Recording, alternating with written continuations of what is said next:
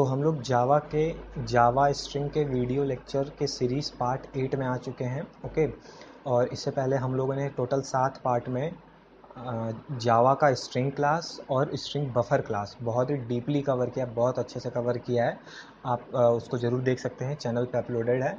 तो हमने टोटल जावा के स्ट्रिंग में टोटल 25 बेसिक मेथड कवर किए और स्ट्रिंग बफर क्लास भी मैंने कवर किया है, इसको 2 पार्ट में, ठीक है, पार्ट 6 और पार्ट 7। तो इसको देख लेना। और आज बारी है पार्ट 8 में स्ट्रिंग बिल्डर क्लास की। तो स्ट्रिंग बिल्डर क्लास बहुत ही सिमिलर है, बिल्कुल स्ट्रिंग बफर के क्लास जैसा, बट इसमें कुछ बेसिक डिफरेंस है, उस पर आज हम लोग बात करेंगे। तो जैसा कि अगर स्ट्रिंग बफर क्लास में मैं आपको ले चलूँ तो देख सकते हैं आप, इसमें जो मेथड्स हैं मेरे सारे स्ट्रिंग बफर क्लास में, वो सब उन सभी में सिंक्रोनाइज्ड, एक वर्ड सिंक्रोनाइज्ड लिखा होगा। आप बहुत लोग कहेंगे कि यार ये सिंक्रोनाइज्ड क्या आ गया बीच में। तो एक्चुअली ये दूसरे चैप्टर का टॉपिक है, ये दूसरा ही पार्ट है टोटल। ये मल्टी थ्रेडिंग का कॉन्सेप्ट है, जावा मल्टी थ्रेडिंग कॉन्सेप्ट में ये टर्म आता है। तो ये आपको सेपरेटली पढ़ना पड़ेगा। बट स्ट्रिंग बिल्डर क्लास को समझने के लिए आपको, मैं नहीं कह रहा कि आप जाके उसको पढ़ लीजिए, उसके बिना भी आप समझ सकते हैं बेसिक आइडिया कि स्ट्रिंग बिल्डर क्लास एक्चुअली है क्या। अगर जिन्होंने अभी तक ये सब देखा हुआ है तो स्ट्रिंग बिल्डर क्लास उसके लिए कुछ नहीं है एक्चुअली। सारी की सारी चीज़ें जो ये 4 कंस्ट्रक्टर स्ट्रिंग बफर क्लास में है, वही सेम चीज़ स्ट्रिंग बिल्डर क्लास में भी है। ये जितने मेथड स्ट्रिंग बफर क्लास में है वो सभी के सभी स्ट्रिंग बिल्डर क्लास में मिलेंगे। मतलब ये सारा चीज़ उठा के कॉपी कर दिया गया है स्ट्रिंग बिल्डर क्लास में। तो पूछेंगे कि तब डिफरेंस क्या हुआ, इसको हम क्यों पढ़ रहे हैं। तो एक्चुअली मैं आपको बताऊं, जैसे कि सबसे पहला क्लास था स्ट्रिंग, ओके, फिर उसके बाद आया स्ट्रिंग बफर, ओके, फिर हम लोगों ने स्ट्रिंग बिल्डर पढ़ा। तो देखो, जब कोई एक चीज़ आई, उसी के तर्ज पे, उसी के जैसा कुछ वैसा ही काम करने वाला जब कोई दूसरा क्लास आ रहा है तो ऑब्वियसली उसमें कुछ चीज़ें बेटर होंगी पहले क्लास के मुकाबले।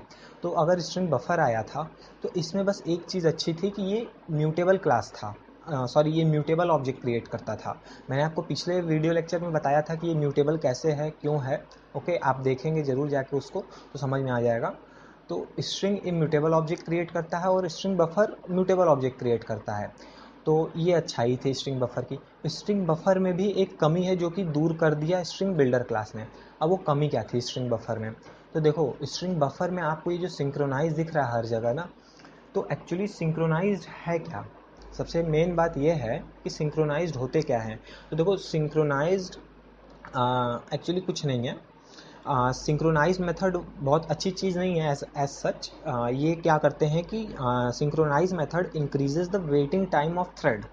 जो सिंक्रोनाइज मेथड, जो भी आप जितने भी सिंक्रोनाइज मेथड दिख रहे हैं आपको, ये जो थ्रेड के जो थ्रेड है उसका वेटिंग टाइम इंक्रीज कर देते हैं, जिससे कि परफॉर्मेंस पे अफेक्ट पड़ता है, सॉरी, इफेक्ट पड़ता है परफॉर्मेंस पे।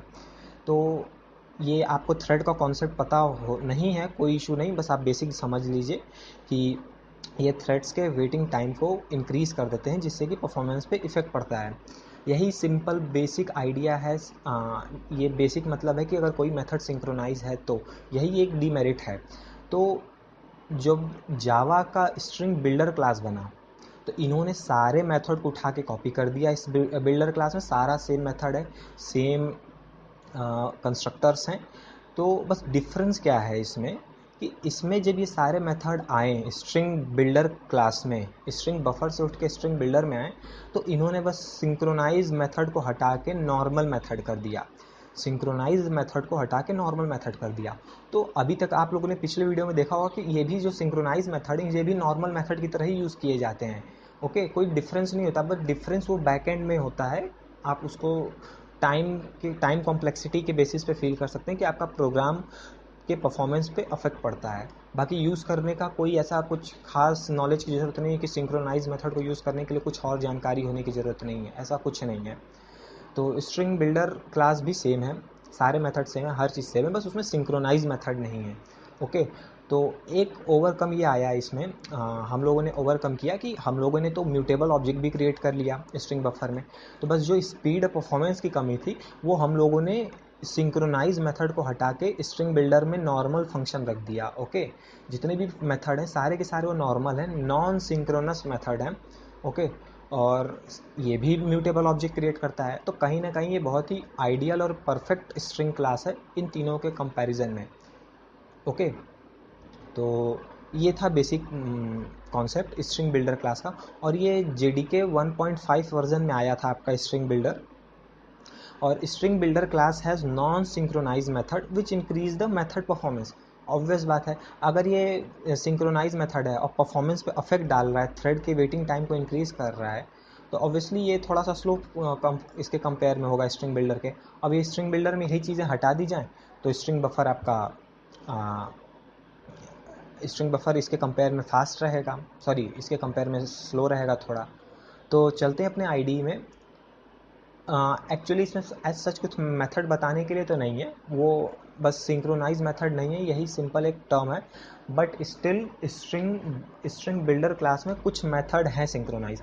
फॉर एग्जांपल अगर 100 मेथड नॉन सिंक्रोनस है तो शायद एक दो मेथड सिंक्रोनाइज भी मिल जाएंगे। ओके, फॉर एग्जांपल मैं यहाँ पे एक स्ट्रिंग अब तक बफर बनाया, अब स्ट्रिंग बिल्डर बनाते हैं। ओके, स्ट्रिंग बिल्डर, एक बार स्ट्रिंग बिल्डर क्लास का ऑब्जेक्ट बना के देख लेते हैं क्या है। ठीक है, तो अगर मैं इस पर क्लिक करूं स्ट्रिंग बिल्डर क्लास पे, तो आप एक चीज़ देख सकते हैं, ये सारे मेथड एकदम नॉर्मल है, जैसे नॉर्मल मेथड होते हैं। उसका रिटर्न टाइप पब्लिक है, वो कुछ आर्गुमेंट लेता है। ओके, शायद इसमें कोई मेथड आपको सिंक्रोनस मिल जाएंगे, मे बी थोड़ा स्क्रॉल करने पे। ओके, तो आप इसको भी चेक कर सकते हैं ऐसे। अगर मैं ऑब्जेक्ट एक बनाऊँ स्ट्रिंग बफर का, okay, string buffer SB, sorry SB नहीं, suppose that SB2 equal to new string buffer. तो आप इसमें देखिए, अगर मैं इसके स्ट्रिंग बफर क्लास पर क्लिक करूं